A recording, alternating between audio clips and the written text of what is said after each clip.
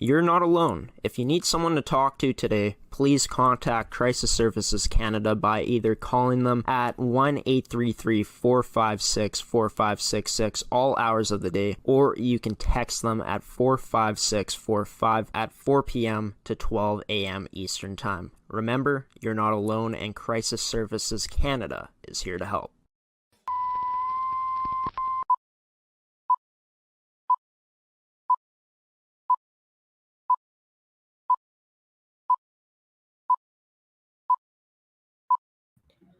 Good evening, everybody, and welcome to this edition of Coffee with Graeme on AETi Productions. I'm your host, Graeme Forsyth. This edition of Coffee with Graeme brought to you by AETi, Caisse Financial Group, Evolve Green, Pilot-Mound Hockey-Academy, and TOVI Hockey. We got a great show in store for you guys today. Going to be joined by two members of the St. James Junior Canucks championship squad. Of course, for those of you that don't know, the Junior Canucks ended up beating the Pembina Valley Twisters 4-1 in the best-of-7 MMJHL series to claim their first championship in 24 years and their second championship in the franchise's 44-year history. Kurtis Luke was a big contributor in this year's championship win for the St. James Junior Canucks, putting up 32 points throughout the playoffs in 14 games and taking home playoff MVP. He's going to be joining me first on tonight's edition of Coffee with Graeme to talk about what it was like winning playoff MVP, as well as the championship run that this team went on, talking about the last three games of the series, because I had him on to talk about the first game of the series, of course, a little while back. But yeah, lots to get into tonight with number 29 of the St. James Junior Canucks, Kurtis Luke. First up on this edition of Coffee with Graeme on AETi.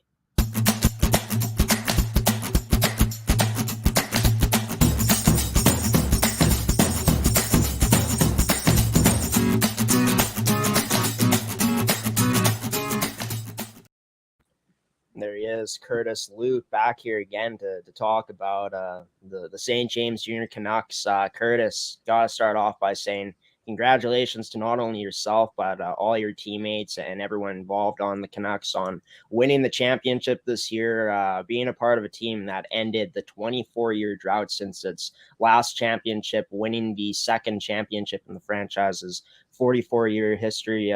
Just talk about that first off, being a part of something special, ending that drought this past week on Monday. Thank you very much, Graeme. Very much appreciated. You know what? It was a really, really great experience. That last game when we won, just seeing the whole community there and, just how happy everyone was. It wasn't just our team winning. It was the community, Tom Miller, for our trainer, Mark Wanklin. It was just a great experience. And, I've never been a part of a championship like that and wouldn't take that for granted ever again. Yeah, and I mean, diving into that first off, I mean, I'm sure a lot of people are aware of this. For those who aren't, Mark Wanklin passed away in September of this past year in 2021, passing away a few days before the regular season started off. So just to do this for him to win a championship for Wanks, as you guys call him. I mean, I saw you guys would always have his jersey up at every one of the games. Must have made it even more special knowing that you made Wanks proud. Yeah, absolutely. We wish he was here, obviously, with us, but we kept him in the back of our minds all the time. And like you said, the jersey on the back of our bench. We had a name patch on our jersey, Wanks, and yeah, just glad we won it for him. That's for sure. Yeah, no doubt. And I mean, like I said, he would be proud of this group of boys, a team that finished first place in the playoff. I mean, in the regular season this year and winning the championship, only dropping 2 games. I mean, to be able to have such a dominant performance in the playoffs for you boys to hit that next level when it mattered the most come playoff time. I mean, just talk about how it all came together in your opinion for this team to go on this run and be able to win a championship. I'd say there's a lot of pressure on us to win in the playoffs, having such a good record, being first place. I think we all felt a little bit pressure, especially, we lost 2 games, but in those 2 games, really thought about everything. And, we bounced back like 2 games. You know, we played very good. I think we had a 10-game win streak going into playoffs. So, you know, the final game we won, everyone was in such a great mood before the game. There was just no way we were going to lose game 5. I thought just everyone wanted it that bad, and it was that close, and we weren't going to let it slip away from us.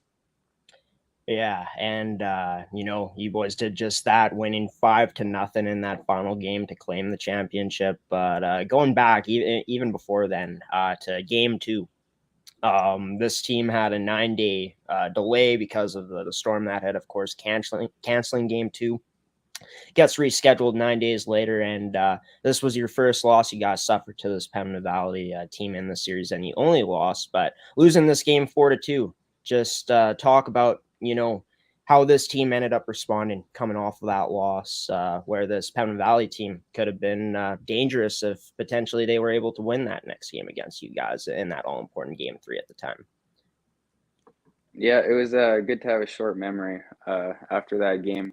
The 9 days really, I think, slowed us down. We had a lot of momentum, especially we could have closed out the series, I thought, in that week. But yeah, you know, it was a strange game. A lot of special teams in play, but you know, it was 1-1 after that, so we weren't too worried. But you know, just gave us a little perspective on losing in the finals. Yeah, and I mean, you boys were able to bounce back nicely with a 2-1 win, of course, heading into that game 4, heading into Morris.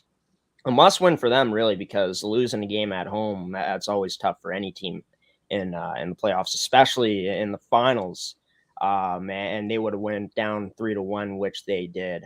You boys were able to score 4 out of the 5 goals on the power play in that game. I had 9 opportunities, so taking advantage of this Twisters team, the undisciplined play. Just talk about how this power play was able to come to play in that game 4. You know, our power play wasn't too good the first 3 games, and then finally we got it working there. The biggest thing was just trying not to retaliate to them. You know, the dirty play or trying to get us off our games. You know, we obviously want to be on the power play, not the penalty kill. So, yeah, you know, just after the whistles, tried to back away from the other players and, you know, not even it up or go shorthanded, actually.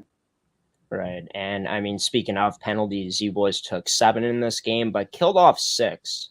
A penalty kill that ranked 4th among playoff teams at 83.3%. By the way, the power play ranking at 26.4% throughout the playoffs, which ranks 2nd out of all teams. But just being able to get those key kills in this game at key moments, you know, when a team having a power play, they could use that to get back and put some momentum on. Talk about how huge that was to be able to have that penalty kill you guys had come to play in that game, killing off 6 or 7 penalties taken. Yeah, taking it back to Charleswood, that nice streak we had. Just the penalty killers were just so good this whole championship playoff run. You know, like I said, just seeing them block shots and dive at it with their head and whatnot, it's just crazy. And the fans just love it too, cheering us on in our end. So you know, the boys really enjoyed that for sure. And you know, when it worked out good and they didn't score, even better. Game number 5, of course, winning 5-0 in front of a packed house at Bell MTS Icebox. You boys played a fantastic 60 minutes. I mean, absolutely outshooting this Twisters team 42-24. Even though you guys went 0 for 4 on the power play, you also killed off all 4 of the penalties that you guys took against the Twisters. But, you know, you talked about how good of a feeling it was before the game. You felt like this team wouldn't lose and couldn't lose heading into it. But just speak about the preparation heading into this game from a player standpoint as well as a team standpoint. You know, as a 21-year-old standpoint, I'd say we were all thinking it's our last game. You know, we didn't want to go back to Morris. We're going to finish it at home. And yeah, you know, just the atmosphere is crazy. And I would say in Game 5, when we finished it off, our depth really showed how good we all are. You know, just absolutely dominated every line, I think. And you know, they were just hanging in there and having hope. That was it, I thought. Yeah, and I saw a bit of this game. Seems like you boys were executing the game plan not only in the defensive zone and the offensive zone, but also in the neutral zone. Just speak about this team and the hardest game to win in a series, that game to close it out, was able to just go out and execute what you boys were able to do. Yeah, it was hard not to think past that game, of the celebrating and whatnot.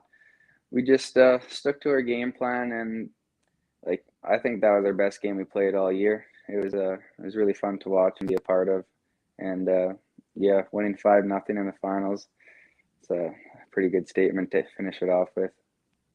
Seems like you boys kept this Twisters team to the outside for the majority of the series when they were in the offensive zone, trying to get shots on Noah Gilbert. But there were also times when, it always happens when there's going to be those times when a team gets into the slot areas, those higher danger scoring areas. But Noah Gilbert, I mean, he was fantastic all season long, all playoffs long, and especially in this game, getting a shutout, what it was like to see him, step up when he needed to in this final game to win it 5-0.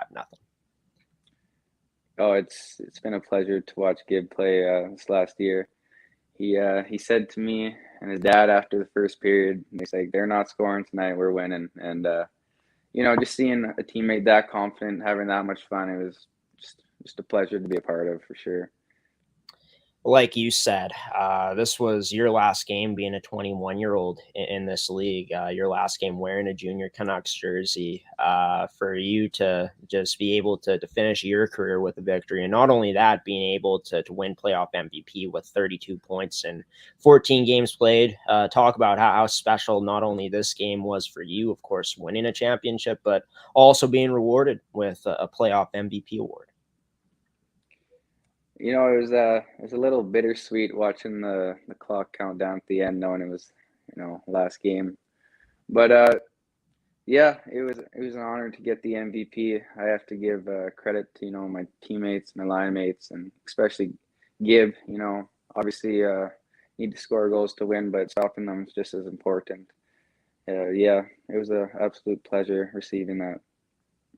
And of course, you had some help from your line mates, of course, like any great player does, right? And Cale Price and Trent Half-Danson. I mean, this line was phenomenal, and not only you put up 32 points, but Cale Price put up 22 points, led the whole MMJHL playoffs in goals with 12, and then of course Trent Half-Danson with 7 goals, 12 assists for 19 points as well. Talk about how you felt you boys as a line were able to find that next level throughout the series as it went along. It's crazy to think we know each other so well on the bench. We're not even talking about what we're gonna do out there. We just learned off each other all year, and it just became habit. Moving the puck with each other and whatnot. But yeah, Cale Price was an absolute dog, especially the last series. Even though he led the league in goals, he was phenomenal on the penalty kill too. So yeah, it was really fun playing with those two to finish off my career, and I'm sure Trent would say the same thing about Kale. Yeah, and Cale Price, like you said, not only can he put that puck in the net, lead in the playoffs and goals with 12, but like you said, an absolute dog on the penalty kill. I like that. But I mean, like you said, bittersweet when those clocks hit zeros. What was that moment truly like? Just being able to not only celebrate with the boys, but just the fans as well that ended up coming onto the ice. Oh, it was great. Like, I think we stayed at the Iceplex for like an hour and a half after we won. Just didn't want to leave the rink, didn't want to take off the jersey. But yeah, skating around with the trophy, looking at all the fans cheering us on after like the Stanley Cup. That's once in a lifetime for me. I'm done hockey now, so that was a really fun experience. Is beer league up next for Kurtis Luke here in his hockey future? Maybe might have to keep going a bit. Yeah, no doubt, no doubt. I mean, you can definitely still play. You're still young, right? Even though your junior hockey career is over. But just another thing that I saw on social media, I believe it was posted today on your guys' Facebook on the St. James Junior Canucks page, getting to go to the legislator building. Take me through that, what that experience was like. Yeah, that was it was an honor. walking in there with facial hair and whatnot. Didn't feel like I fit in there. A couple of us, but yeah, it was fun. Forget the guy's name, but they mentioned us, and we got. I'm not too sure what it's called, but we got a nice thing that will be in the history that we've been told. But yeah, first time being in the Ledge, it was a pretty cool building for sure. Speaking of the facial hair, of course, the playoff beard is always the huge thing, right? If you're able to grow it, you're going to see the boys growing it. When's that? Are you going to keep the playoff beard for a while, let it soak in? I mean, having that memory of just wearing that, winning the championship, or are we going to see Kurtis, Luke clean shaven pretty soon? Maybe soon. I don't know if I want to shave off the mustache just yet. Right on. Haven't had a mustache like this before. Yeah. Some new things, no doubt about it, for Kurtis, Luke, with the facial hair. Some decisions to make, of course, but for yourself, I mean, you spent two seasons with the St. James Junior Canucks team, of course, 2019, 2020, and of course, playing this year in 2021, 2022. Just when you look back at the memories, of course, the championship must be at the top of the list as like favorite memories, but just talk about the many memories, looking back at it now that your career is over with this team that you were able to make with this group of boys throughout the last 3 seasons or 2 seasons you played. Moving to Winnipeg in 2019, I definitely found a lot of friends on the team, guys that I will definitely talk to after hockey. And, it makes, looking back at it, went by pretty quick, especially with that COVID year in between. But, yeah, definitely had a little bit more fun the second year, winning it all at the end. But, yeah, won't forget these memories at all. That's for sure. Yeah, an unforgettable season, an unforgettable MMJHL career for Kurtis Luke, spending 2 seasons with the St. James Junior Canucks team, getting to play in the playoffs for the first time this season with the Canucks, and taking home playoff MVP, leading his team along with many other players, leading this team to a MMJHL championship, getting to hoist this year's Jack McKenzie Trophy. First time since 24 years this Junior Canucks team is named champions again in the league, and this man right here was a big reason why. Kurtis, always great connecting with you. I mean, it's the second time we've connected, but I mean, I wish you the best of luck in your future endeavors, wherever it may take you, whether you play beer league or not. But yeah, great getting to talk to you and know you. And yeah, like I said, wish you the best. Thanks for coming on the show once again. Thank you very much, Graeme. It was a pleasure to meet you, and maybe we'll talk again soon sometime. You never know. Yeah, for sure. You never know where life can take you, right? So might see you in the future here, Kurtis. You take care. Stay tuned. Thank you. And I mean, heck of a champion, Kurtis Luke.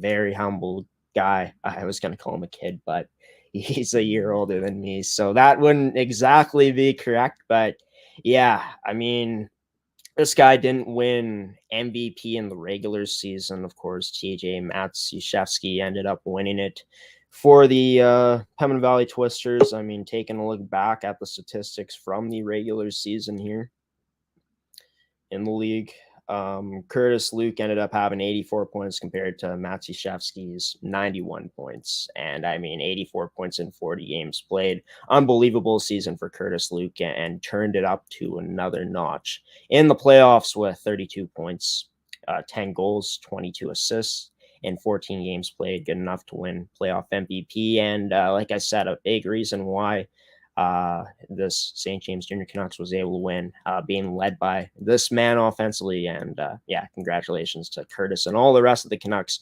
once again on winning the championship this season. Speaking of the Junior Canucks, coming up next, I'm going to be talking to their head coach, Blair Mooney. He's going to be coming on the show to talk about what it was like to coach this team throughout their playoff run, throughout the championship series against the Pembina Valley Twisters.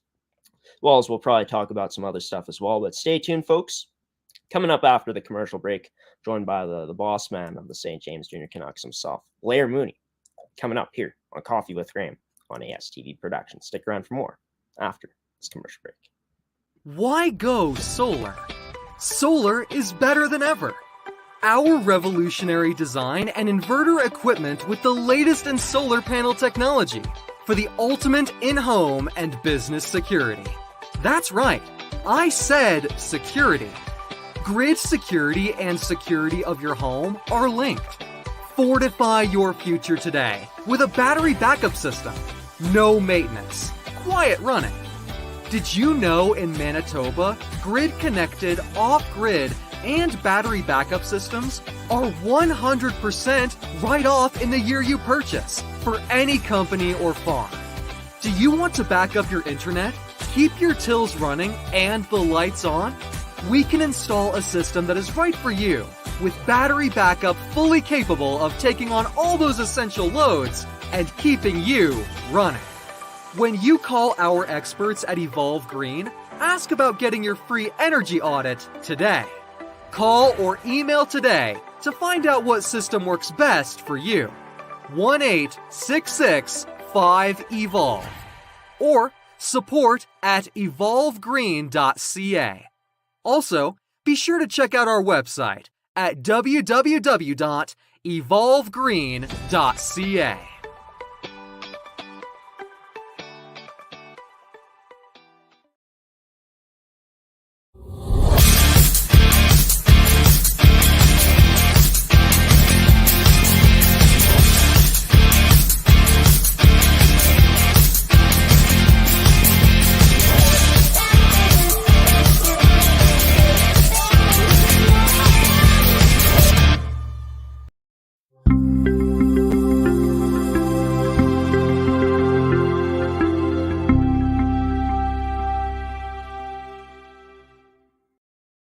Welcome back to Coffee with Graeme on AETi Productions. Everybody, hopefully everyone's having a wonderful Thursday night to this point. It's currently 8:22. We just got done with our first set of commercial breaks here. Well, first set of commercials in the first commercial break of this edition of Coffee with Graeme.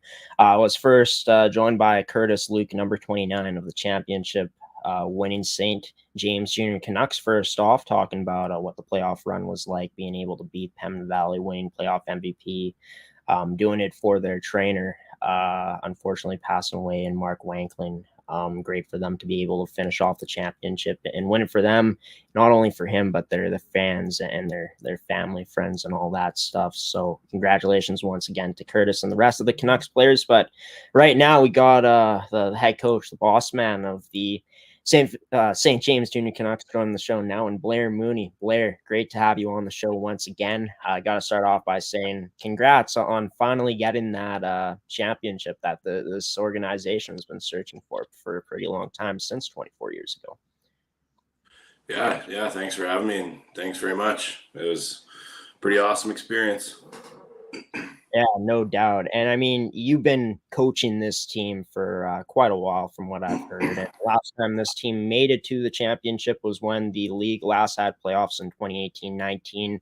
And this team, obviously different, both these teams different, but played the Pembina Valley Twisters and lost to them in a heartbreaking 7-game series to be able to end the 24-year drought since the first championship, claiming the second championship in this franchise's 44-year history against the same team that stopped you, even though they're different, obviously, players from the last time you guys played. Must have been special to take all that into account and to become champions this season, with all that being said.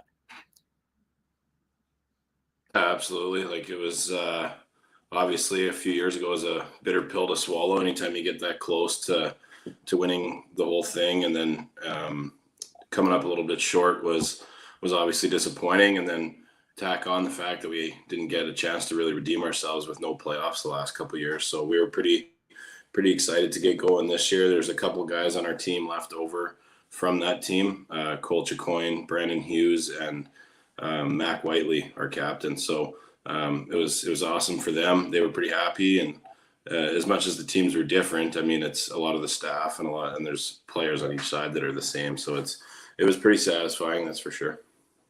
Yeah, no doubt. And I mean, heartbreaking, like you said, hard pill to swallow, back in 2018-19 when this team back then ended up getting so close. But looking at this team, I mean, an unbelievable regular season, claiming first place, being able to only lose one game through the first 2 rounds, only losing one game in this final series. A special team, no doubt about it, to get it done in 14 games to claim a championship. Let's speak about how truly special it was to be able to coach this group of boys this season for the St. James Junior Canucks.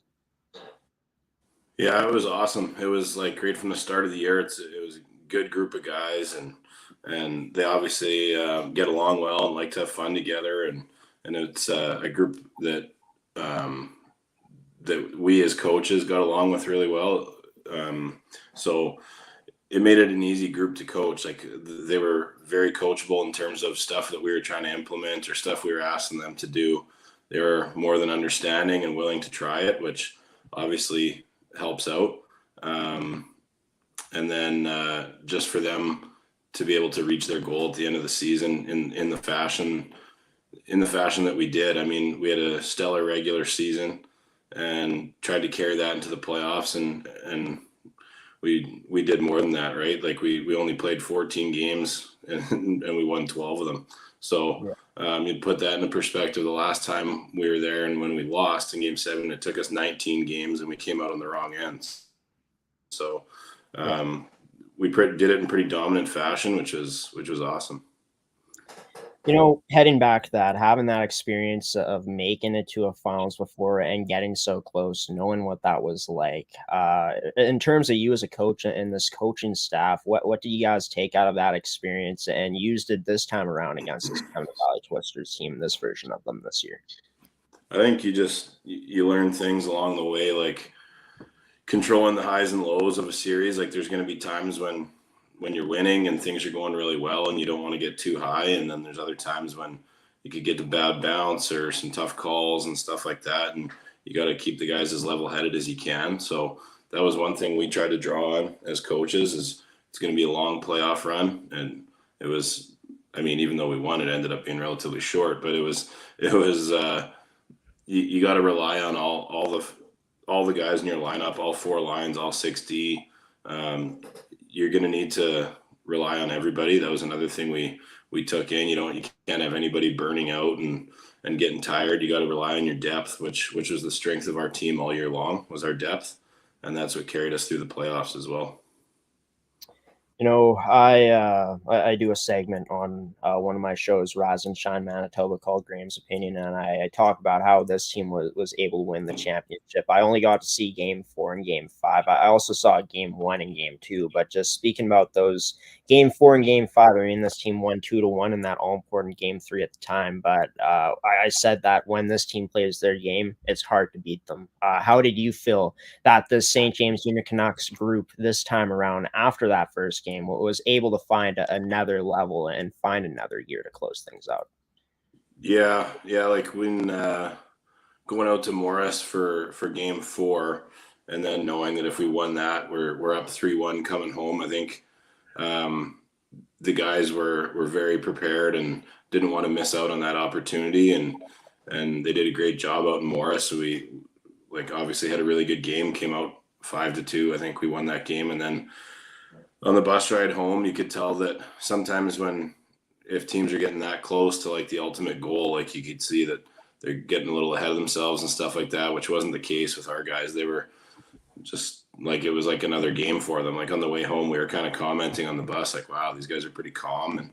And then rolling into the rink on Monday for Game 5, obviously with the trophy in the building and the opportunity to win, you're wondering as a coach about where your players' heads are at and are they looking too far ahead or anything. And just the conversations I had with guys right when I was getting to the rink, you could tell they were hyper focused and ready to work. And that was probably our best game of the entire playoffs was the game we clinched it. I mean, the score 5-0 obviously shows that we did something right, but just the fashion that we won it, we were dominant all night long and outshot them by quite a bit. And especially in that, going into that third period, we're up 3-0 and then able to score a couple more in the third, just what we did all year, right? Just put the pedal down and just play our game. And it was very tough for other teams to handle that. Like our depth carried us through. And when everyone was chipping in and everybody was playing their game and we're spreading the ice around,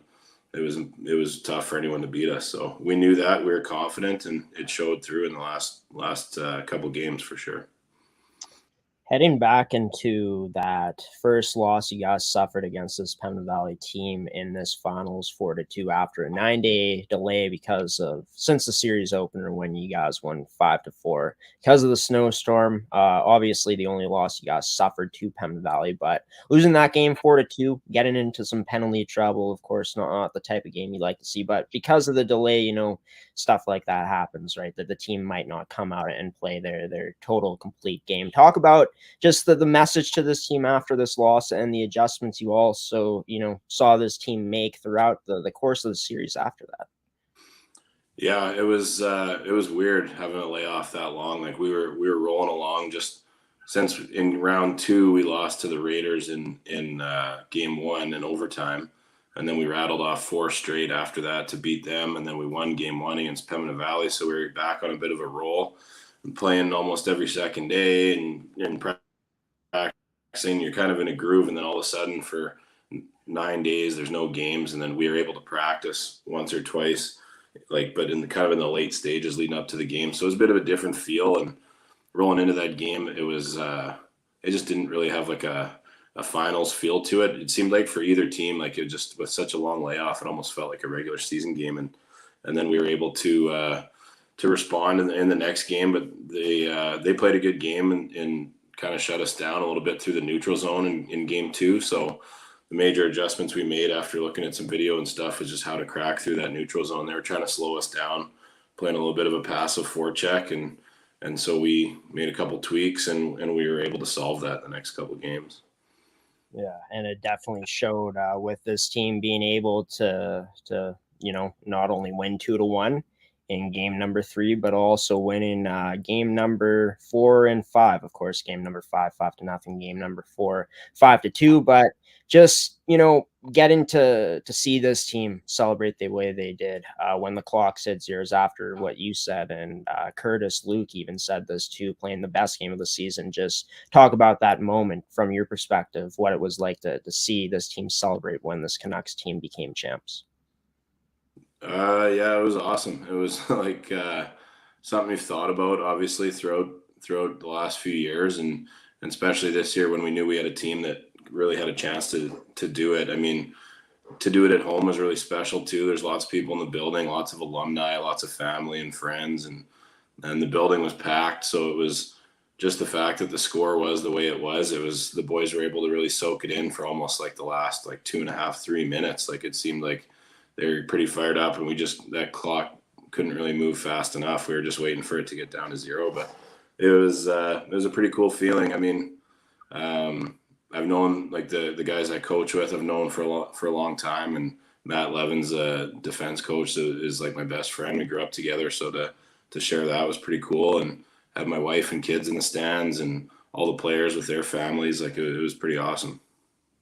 Well, there was one member that was missing, of course, the unfortunate story of equipment manager of the St. James Junior Canucks team, Mark Wankling, passed away in September of the past year, 2021, a few days before the regular season started.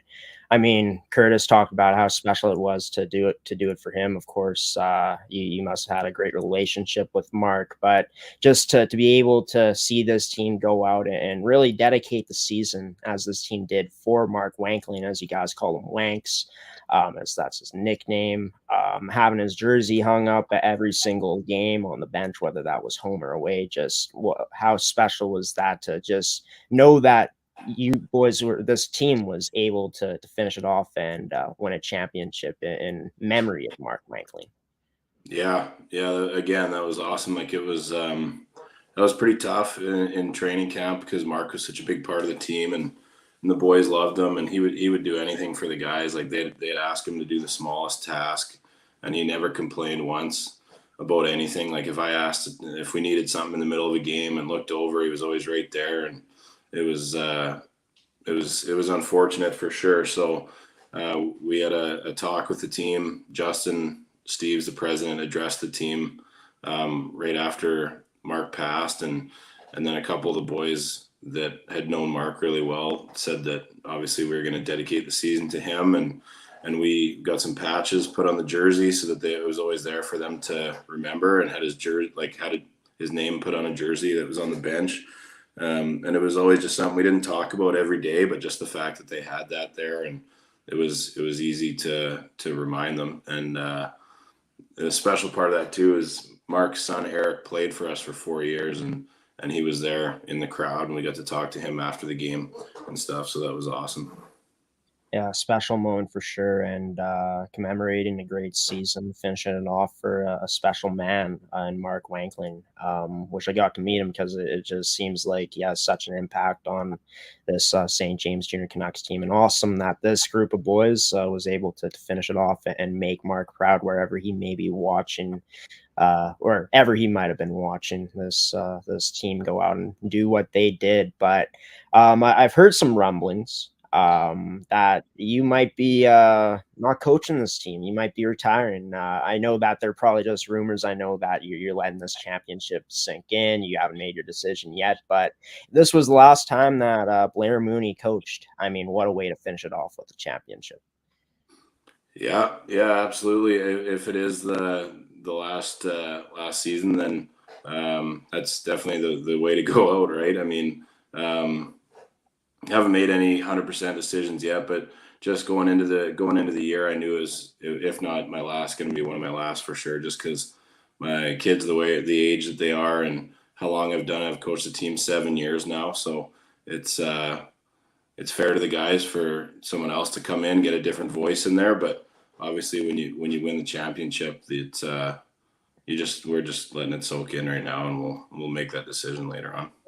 Of course, and it's still fresh. I mean, it happened 3 days ago.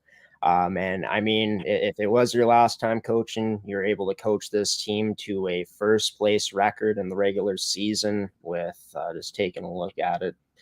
37-4-4 in the regular season, only losing 2 games in the playoffs. Pretty special way to end things off if this is the end. But, if this is the last time for me talking with you about the Canucks here, Blair, it's been great getting to meet you and to know you here for the short amount of time that we've talked. But congratulations. Keep enjoying this feeling of this championship victory. And congratulations to not only the players, like I said earlier on, but to you and the rest of the coaching staff and the St. James Junior Canucks family.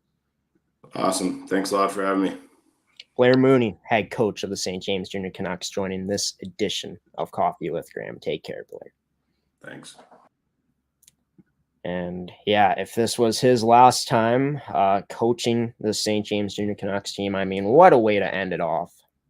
Like I said, 37-4-4 in the regular season. 78 points, way more than any other team in the league. 11 more points than the Transcona Railer Express, who finished in second place. And they continued on that impressive season into the playoffs with a 12-1-1 record to finish things off. And yeah, doing it for not only their fans, everyone that's been waiting for so long, 24 years since the last championship for this team, but also for a special man in Mark Wankling, Wanks as they call them, equipment manager for this team, who tragically passed away in September of 2021. So wherever you are watching Mark Wankling, you got to be proud of these boys for what they did and commemorating the season to you. And just a great thing that the St. James Junior Canucks team was able to do, commemorating him by having his jersey on the bench every single game. Definitely a bit more to play for than any other team in the league. Well, way more to play for than any other team in the league this season, taking all of that into account. Seth's Inside Scoop returns tonight, coming up next on Coffee with Graeme. We are going to take a commercial break here, and coming up after the break, Seth Rach, the main man himself, the big man. It's been a while. Going to catch up with him, ask him how he's been doing since the last time we've talked. And it's going to be a lot of fun coming up next year on Coffee with Graeme on ASTV Productions with this week's edition, the return of Seth's Inside Scoop here on the network. Welcome to Pilot-Mound Hockey-Academy, your world-class academic and hockey training facility created to maximize each student's athletic and academic potential. Blackjack Stewart Arena, home of the Buffalo, is inside the 46,000 square foot complex, as well as a curling rink and other facilities. The students have a unique combination of successful, well-rounded education at Pilot-Mound Collegiate Institute and the professional hockey training in an encouraging community. The years of experience of on-ice coaching propel our students to the next level, both mentally and physically, in a professional environment.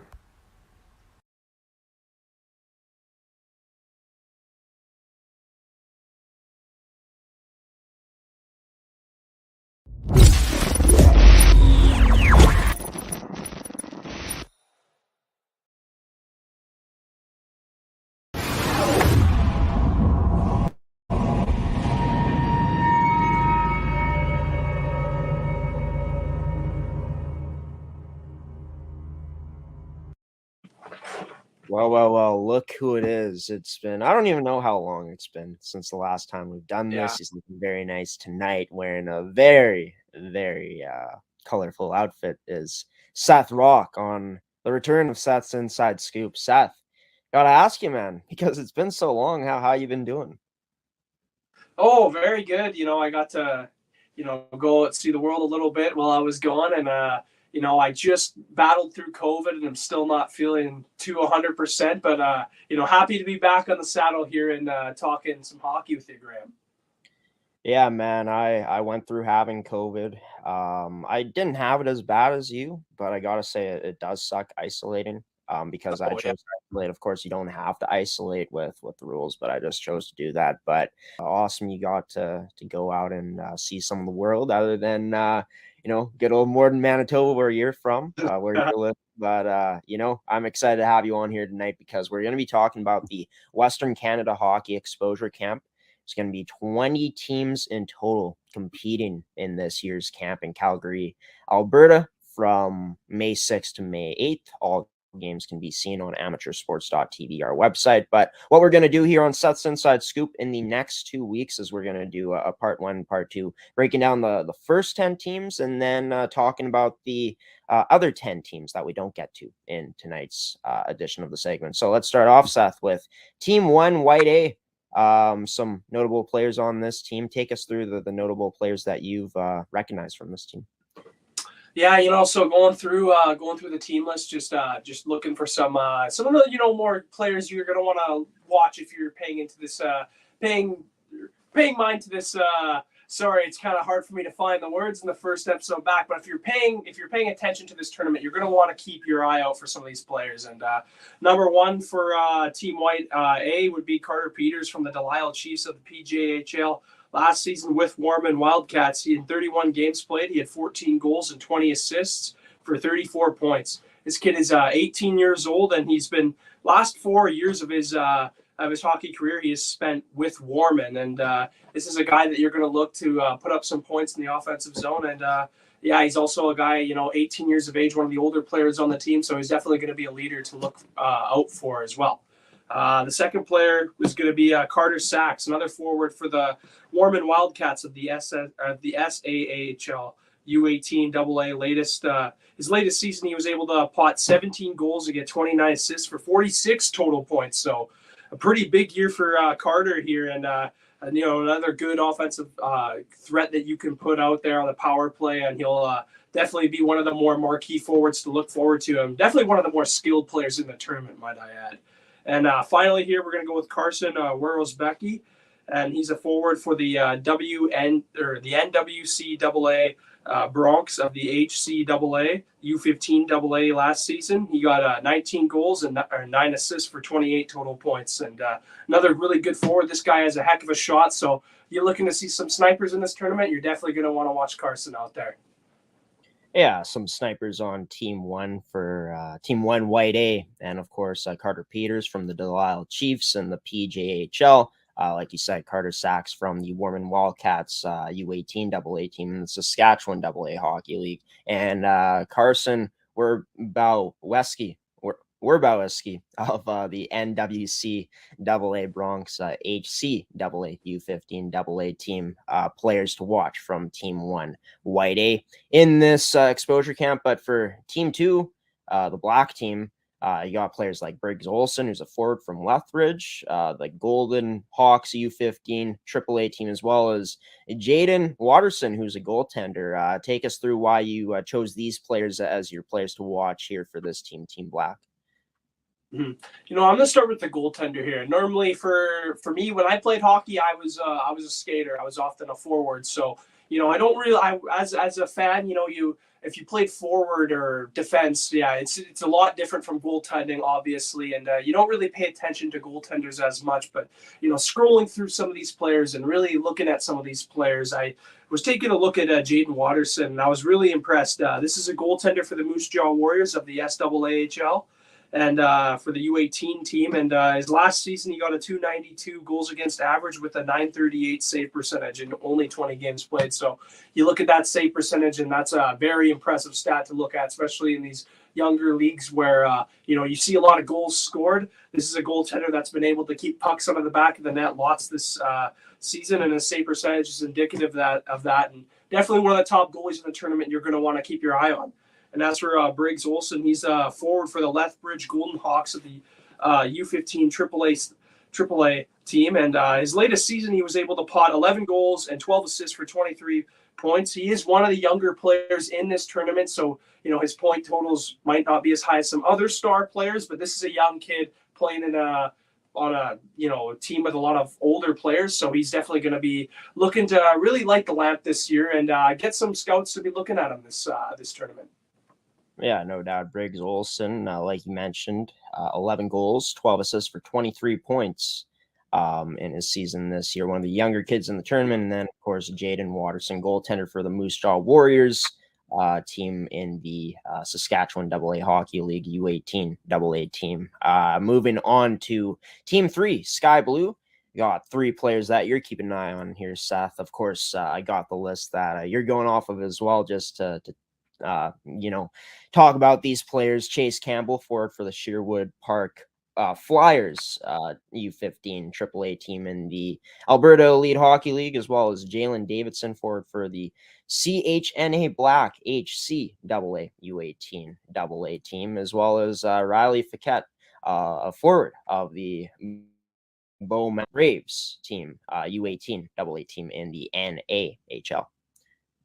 Yeah, these are 3 very, very talented offensive young players. And as for Chase Campbell and Jalen Davidson, these are 2 very similar players. They're goal scorers. You look at their goal totals for Davidson, you see the 20 goals on the year. And then for Chase, you see the 19 goals on the year. So these are 2 guys that really like to put the puck in the back of net. And one thing you're going to want to watch for these 2 players is their shot. They got a very good, heavy shot that they're going to be able to supply and, probably pot a few goals with them. And then for Riley Fiquette, a very, very talented forward, as I'm able to say here, 17 goals and 26 assists for 43 points. And, this is definitely one of the guys on this team that you're going to want to watch out for if you're an opposing defender, because he's probably the best all-around offensive threat on this team. So definitely another player you're going to want to look forward to watching as well.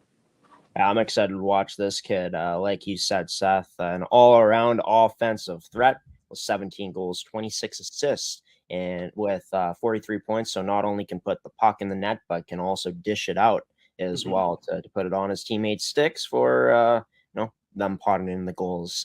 Team 4, Team Gray. Team 4, which is considered Team Gray. We got Caleb Binner, Brett Krawchuk, and Camden Susi. All these players forwards, I assume these 3 forwards for sure, for you picking them, stood out the most to the players on this team. Oh yeah, definitely. And I know in the past you've told me you're a defenseman, so I know you're looking for some defensemen. Trust me, Graeme, there are some really good defensemen that are coming up on the list, so don't you worry about that. But as for these 3 players, another, it's like, similar to the last one. You got a few very good goal scorers like Camden Susi, as you see that 20 goals and 12 assists, definitely more of a goal scorer than dishmaster, but the 12 assists does show that he is very good at distributing the puck. And similar to the last two players from the last team, this guy's definitely got one of the better shots in the tournament. You're going to want to look to see him try to rip that puck while he's on the power play, whether he's in the offensive zone or whether he's going for that rare rocket you see coming in from outside the offensive zone. But those rarely happen, so you probably won't see it. But you never know with a kid like that has a shot like this. And as for Brett Krawchuk, this is another very good hockey player. Definitely more of a passer as compared to Camden. 18 assists on the year for 20 and 9 goals for 27 points. So definitely another really good player you're going to want to look for, and a really good passer. And Caleb Binner, another really good passer, but this guy can also put the puck in the back of the net. So an all-around threat, offensive threat again, like we have mentioned previously on this in this video so far. Well, Seth, I do got to correct you on one thing. I did not play defense. I was actually winger and center growing up playing. Oh, now you're making me feel bad in front of the audience. I just had to point it out to you. I thought you'd like to know that. So, but I had a chuckle. That's why I had that chuckle once you said that. But moving on to Team 5, Team Red. Reed Chalmers, Diago Colho. Apologies if I got that name wrong, but Evan Lemke as well. Of course, Chalmers being a defenseman, and Colho and Lemke both being forwards. What stood out the most to you about these three players for you to put them down as those players to keep an eye on for the viewers and just everyone in attendance on Team 5, Team Red? We're going to start first with Reed Chalmers, a defender, and, he's a pretty good offensive defenseman. But one thing that stood out to me about this guy was looking at his goal totals. He had 16 goals and 13 assists for 29 points. And oftentimes with defensemen, if you're an offensive defenseman, oftentimes you're going to see the assists definitely outweigh the goals. But in this case, this has been a very impressive season for Reed. Being able to pot 16 goals as a defender is certainly not easy, and definitely showing his goal-scoring touch. So definitely a scary defenseman for defensive defenseman to watch out for on opposing teams. And then as for Diago Colho, a forward on the Bow Valley Timberwolves of the SCAHL. This is a very good two-way forward. He has a very good offensive upside with 16 goals and 10 assists for 26 points. But this is a kid who can play both the defensive zone and the offensive zone. So look forward to seeing him do some damage and all-around play in this upcoming tournament. And then Evan Lemke, another really good goal scorer, 17 goals and 10 assists for 27 points. You look at those goal totals every single time you see players scoring more goals and assists. You definitely know they can release that puck. So another guy with another great shot that you're definitely going to want to pay attention to if you're watching Team Red. Yeah, and for Reed Chalmers, putting up 16 goals as a defenseman for 29 points, also having 13 assists. Very impressive stats put up by him. Like you said, a very good offensive defender. Who's able to put the puck in the net. But moving on to the next team, Team 6, Team Gold. We got 3 more players to talk about here, of course, with Nicholas Gordon, forward of Fort Knox in the PJHL, as well as Jacob Horb, forward of the Calgary Flames U15 AA team in the Alberta Elite Hockey League, as well as Callum Desborough, defenseman of the CBHA Rangers HCAA U16 AA team. Man, some of these teams are a mouthful here, Seth. But overall, taking a look at these 3 players, what stood out the most to you about these 3 on Team Gold? Yeah, Jacob Forb, another one of those players that you can rely on in any type of play you got, whether you're in the defensive zone trying to defend a lead, or you're in the offensive zone trying to score a goal. This is a guy that you can look forward to definitely lead by example and play hard out there, and definitely do put in the work on both sides. And then Nicholas Gordon, a forward, like you said, for Fort Knox, definitely a goal scorer here with 23 goals and 20 assists, the most amount of goals we've seen so far on these list of players.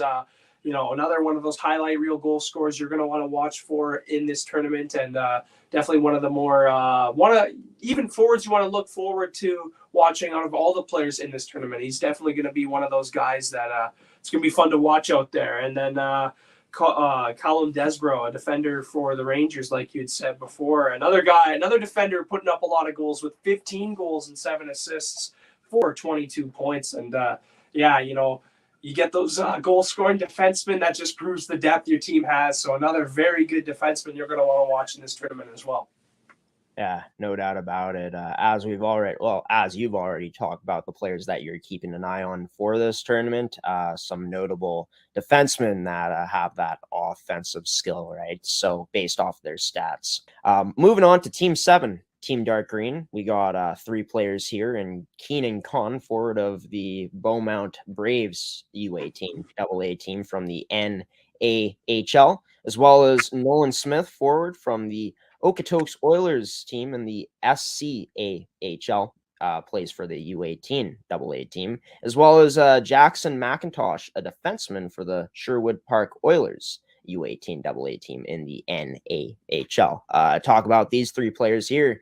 Obviously, some key players you'd have to think heading into this tournament for Team Dark Green, Team 7.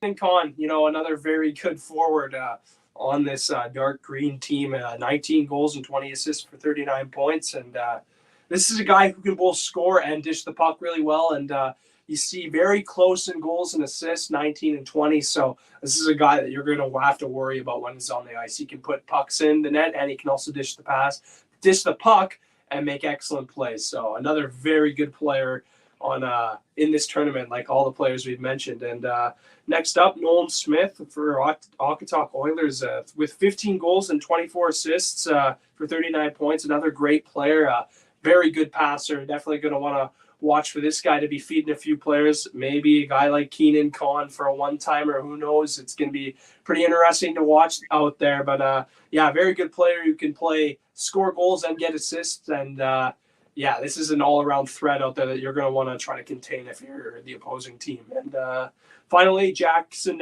McIntosh, another very good, solid defender. And this is a guy who has 7 goals and 15 assists. So isn't a goal scorer like the other guys, but he's definitely a guy you're going to want to watch out for, especially on the power play, because he's definitely one of the top offensive defensemen in this tournament. Yeah, for Jackson McIntosh, 7 goals, 15 assists for 25 points for the Sherwood Park Oilers U18 AA team this season. Of course, Nolan Smith with 15 goals, 24 assists for 39 points. And then, of course, Keenan Conn with 39 points as well, 19 goals, 20 assists. Those 3 players headlining Team 7, Dark Green. Team 8 now, Pro Blue. We got players like Carter Mills, who's a forward from the CRAA Gold HCAA U18 AA team this past season, as well as Kristen Wilson, defenseman for the Calgary Crusaders HSL U14 team. Of course, Kristen Wilson, one of the younger players in this tournament, and Carter Mills playing at that U18 level, being one of the older players out of the 2 compared to him and Wilson. But what stood out the most about these players for you, Seth, to take a look at these 2 players in particular for this team? Yeah, sorry, Graham. I had a bunch of teams that I didn't know. It's hard to say, and I myself, had a bit of trouble typing this when I had all this stuff to look at. But Carter Mills, he's a very, very good player. Another goal scorer out there, 16 goals, 12 assists, 28 points, and you definitely can rely on this guy to score goals. But he's got quite a few assists too. So another really good offensive player that you're definitely going to want to keep an eye on for his skill. And then Christian Wilson, a defender for the Calgary Crusaders, like you had mentioned, 14 goals and 16 assists for 27 points. And actually, I think that would be 30. I think I miscalculated that on here. My bad, everyone at home watching. But anyway, 30 points in. This is another really good defenseman, and a defenseman who can both score a lot of goals and get a lot of assists. So, definitely one of the must-watch defensive prospects in the tournament, one of the better defensive prospects in this tournament as well. Yeah, for sure. And no worries, Seth. No worries, Seth, about screwing some stuff up. It's been a while, right? I mean, it's been forever Yeah, since. it's been a while. It's all a part of the process. Yeah, all part of the all part of the process. You know what else should be part of the process? Me figuring out how to speak again. Seems like I'm losing my speech as the segment goes along, but we're almost done. Into the final two teams here that we're going to talk about tonight on Seth's Inside Scoop. Going into Team 9, Team Orange. There's 3 players here for this team that you're keeping your eye on, Seth. Zachary Branson, forward for the Calgary North Stars U18 AAA team in the AEHL, as well as Traden Duwald, defenseman of the Camrose Vikings U18 AA team in the NAHL, as well as Jacob Semenik, a forward of the Cochrane Generals team in the HJHL. Talk about these players for Team Orange, looking to be key contributors here coming up in the hockey exposure camp. Oh, Graeme, I've had my fair share of mess ups on words already today, but like I had said before, it's all part of the process and getting back and ready into the, being on live, being live again. So, it's definitely a process, but here we go. First player, Zachary Branson, another one of these really good offensive young players, 18 goals, 15 assists for 33 points. And another guy you can rely on to get you points at least, He scored a lot of goals, but he also has a lot of assists. So you're definitely going to want to pay attention to this offensive star. And then Trenton DeWald, another defender that we're going to talk about. A very good two-way defenseman, 10 goals, 14 assists in 30 games played. And one thing to note, I did see about this player was that he also had 102 penalty minutes in the 30 games played. So that's a lot of penalty minutes. Definitely do not want to be getting in the box that much in this tournament. But you can definitely expect Trayton here to be on his A game to show the world how good he is at this.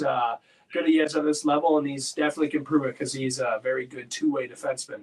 And then Jacob Semyuk. This is a player that might be the most player you want to watch in this whole tournament. A very, very good offensive player with 28 goals, 27 assists for 55 points in only 34 games played. So excellent numbers, as you can see right there. Like I said, this player is definitely one of the better players in the tournament, and it's going to be very fun to see what this kid can do come time for this hockey tournament. So another few players you can look forward to as we truck along here. Yeah, and Jacob Semenik, definitely a highly touted player coming in here out of the group in terms of the rest of the field. 55 points in 34 games this season for the Cochrane Generals in the HJHL. Definitely a player, as well as Traden DeWald and Zachary Branson to keep an eye out for on Team 9, Team Orange. Moving into the final team here, Seth. Team 10, Team Yellow, has Kieran Kiley, forward for the Calgary Bulls, U16 AAA team in the Alberta Elite Hockey League, as well as Riker Rogu, forward for the Okanagan Rockets U17 AAA team in the BCEHL, and Justin Bellin, goaltender for the Edge School U17 prep team in the CSSHL. As we go into our final team here, Seth, just talk about why these 3 players, Kiley, Rogu, and Bellin, why these 3 players stood out the most to you. Yeah, with Kieran Kiley, this is a player that, it's very similar to a few of the other players I had mentioned.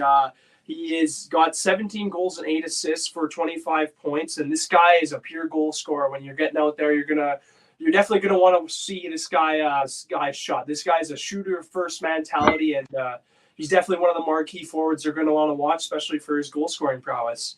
And for Riker Rugo, this is another one of the top players you're definitely going to want to pay attention to, and probably one of the youngest players as well. So very exciting young hockey player here in Riker Rugo for the Okanagan Rockets for the U17 AAA BCEHL. And he has 23 goals and 21 assists for 44 points in 30 games. He is only 14 years old, but currently he is playing in a U17 league. So a very, very good young hockey player, obviously. And definitely going to be one of the players you are really going to want to watch for this hockey tournament. And final player here. This might be a little bit familiar to me and you, Graeme, as we see the CSSHL right there. But this is a pretty good goalie for the Edge School, and he posted 249 goals against average with a .926 save percentage. So a very, very good statistical season for this goaltender, and he had a record of 6-2-1. So definitely a goalie you can rely on, and one of the better goalies in the tournament, might I add. So another very, very good goalie you can watch for, and two other very good players as well. Yeah, Justin Bellin, a familiar name, of course, as we covered Edge's U17 team this year on the network when we did our Pilot-Mound Hockey-Academy games. But that's just so impressive for Riker Rogu to play at the age group he was playing with for this season, being only 14 years old. And this is going to be a great opportunity for him to get some early exposure early on in his hockey career here. Of course, there's going to be older players getting even more exposure this year, like they participated in the camp before they get to come back. So, I mean, there's rookies coming into this camp as in first timers, the more experienced players, over 300 players in total. And yeah, these were the 10 first teams that that Seth Rach on Seth's Inside Scoop is breaking down here, leading up to the 2022 Western Canada Hockey Exposure Camp held in Calgary, Alberta from May 6th to May 8th. Seth will do some Western Canada Hockey Exposure Camp talk again next week as we talk about the next 10 teams to talk about on the list. But until then, Seth, it's been great connecting with you once again on Seth's Inside Scoop. Great to have you back. And until we do it all again, coming up next week, you take care, man. Great to be back. Seth Rach joining this edition of Seth's Inside Scoop on this Thursday night edition of Coffee with Graeme, talking about the Western Canada Hockey Exposure Camp. Over 300 players, 20 teams in total, will be competing in the 2022 Western Canada Hockey Exposure Camp coming up in May. So in next week, starts next Friday on May 6th, going all the way up until May 8th. Amateur Sports TV, ASTV Productions will be on location for all of those games, of course, as we'll be covering it to catch all of the games this season, not this season, but all of the games that will be played at the Western Canada Hockey Exposure Camp in Calgary, Alberta. Check them out. The only place you can watch them on our website at amateursports.tv. Great to have Seth Rach back. Of course, he'll be coming on next week's edition of the segment, Seth's Inside Scoop, once again, of course, to talk about the other 10 teams that we didn't get a chance to talk about in tonight's episode. So coming up after the commercial break, no edition of League Report tonight. I know it's in the description of this episode. I'll go and remove it after, but yeah, there's just not much to talk about. I mean, all the leagues have wrapped up, whether that be the MMJHL. It wrapped up this past Monday. Already talked about that. The Manitoba AAA U18 Hockey League, already talked about that. Of course, the West Regional, it wrapped up last weekend as well. So yeah, really nothing to talk about on League Report tonight. No high school hockey to talk about. So yeah, we'll have to wait and see when I'll do League Report again, since hockey season is pretty much coming to an end at this point for the minor levels and, of course, junior levels, of course. But yeah, coming up after the commercial break, everybody, the final commercial break in tonight's edition of Coffee with Graeme. I'll have some final words for you guys on this edition of the show. You're watching Coffee with Graeme on ASTV Productions. Stick around for more. Some final words after these commercial breaks, or these commercials in this commercial break.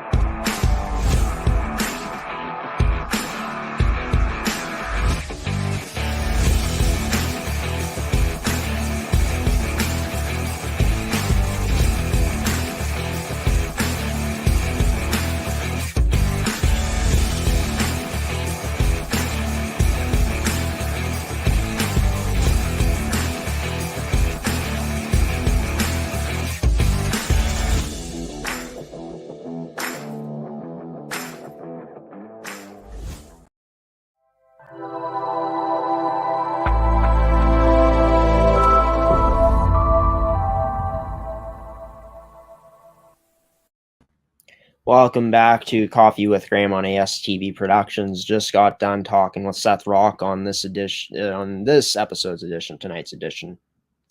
Well, tonight, this week, whatever you want to call it, Seth's Inside Scoop returned to the network finally after a very long time. It was great to catch up with Seth and get his input, his inside scoop on players you should be looking out for on the 10 teams he talked about that we discussed on tonight's edition of Coffee with Graeme. Like I said, before I went to commercial break here for one final time, you guys can catch this year's 2022 Western Canada Hockey Exposure Camp on amateursports.tv, the only place to watch this year's camp. All the coverage will be on our website at amateursports.tv from May 6th to May 8th. So we're ramping up. We're getting close to the start of this camp coming up. So it's going to be a lot of fun to get to see all these great hockey players. Well, I'm not too sure if I use the right word, but to see all these prospects hungry coming in to prove something to the scouts and to potentially make a name for themselves, right? So over 300 kids competing, 20 teams, should be a lot of fun and going to be a jam-packed 3 days in Calgary, Alberta. But welcome back to Coffee with Graeme, everybody. It's been a pleasure to be back again, as always, here on these Thursday nights doing this show. This is going to mark the end of tonight's episode. I want to give a special thanks to not only Seth Rach for joining tonight's show as a guest, but as well as Blair Mooney, head coach of the St. James Junior Canucks, and Kurtis Luke, number 29, forward and playoff MVP of this year's MMJHL playoffs for the St. James Junior Canucks, for being the guests on tonight's episode as well. Special thanks to you, the viewer, for tuning in tonight as well. And also a special thanks to the sponsors of Coffee with Graeme for sponsoring another edition of the show, in AETi, Caisse Financial Group, Evolve Green, Pilot-Mound Hockey-Academy, and TOVI Hockey. The next edition of Coffee with Graeme will be coming out next week on Tuesday morning at 10 a.m. Central Daylight Time. You guys can catch an all-new edition of Coffee with Graeme on Tuesday morning at 10 a.m. on our Facebook at AETi Productions, on Twitter at Amateur Sports TV, or you can also check it out on our website to watch at amateursports.tv or ASTVproductions.com. Type in either of those and it'll take you to the same place, and you can catch the show under the sports show tab on the website on amateursports.tv or ASTVproductions.com. Coffee with Graeme. Go on there and you can watch not only the latest edition of this show, but there's some other editions of the show on the website as well, which is awesome. But stay tuned on Monday night as the guest list for Coffee with Graeme next Tuesday will be released. You can check that out. The promo of that episode will be released on Monday night next week, coming up on Instagram at ASTV Productions, on Facebook, and on Twitter as well. Facebook ASTV Productions, and on Twitter at Amateur Sports TV. Stay tuned for that. Should have a great guest, great lineup of guests joining that show. Also, before I let you guys go, want to let you know about my mental health fundraiser, Graeme's mental health fundraiser, raising as much money as I can to get to that goal of $1,000 in support of the Canadian Mental Health Association. That's what the fundraiser is for. Going up until May 10th, of course. Nowhere close to the goal right now, but I always like to thank everyone who's donated so far, because your support means so much. Have raised $237 so far. So for everyone that has donated, I want to thank you from the bottom of my heart right here. It means a lot with this money going towards a great cause. And of course, if you haven't donated yet, there's still time. It's open until May 10th. If you do not want to donate, that is okay as well, but please share it, as that'll generate some more traffic on the GoFundMe page on Graeme's mental health fundraiser, and get the word out, spread the word. It's money going towards a great cause. And like I always say, the views I express, my opinions in the GoFundMe page for Graeme's mental health fundraiser do not align with ASTV Productions' opinions and views on Bell Media. They are my views and my opinions only. But up until May 10th, feel free to donate. Of course, money going towards a great cause to the Canadian Mental Health Association. But that is going to do it for tonight's edition of Coffee with Graeme, everybody. Finally, We're at the end here. I've been your host, and I am your host of Coffee with Graeme, Graeme Forsyth, giving you the salute and the peace out here on this Thursday night. Before I sign off, want to let you guys all know to have a wonderful rest of your Thursday night. Have a wonderful Friday tomorrow. It's almost the weekend, so once the weekend hits, have a wonderful and safe weekend as well. And until next week on Tuesday, everybody, on Tuesday morning at 10 a.m. when we do it all again, you guys take care. Bye-bye, everybody.